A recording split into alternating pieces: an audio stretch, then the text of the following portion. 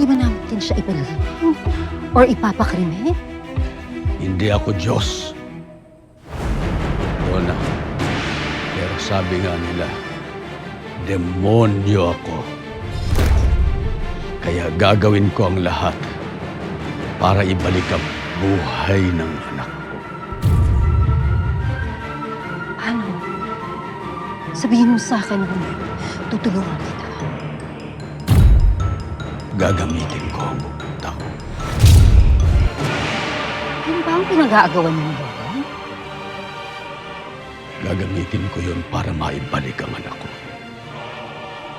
Pero wala nang utaw. Kaya isinusumpa ko sa harap ng bangkay ng anak ko.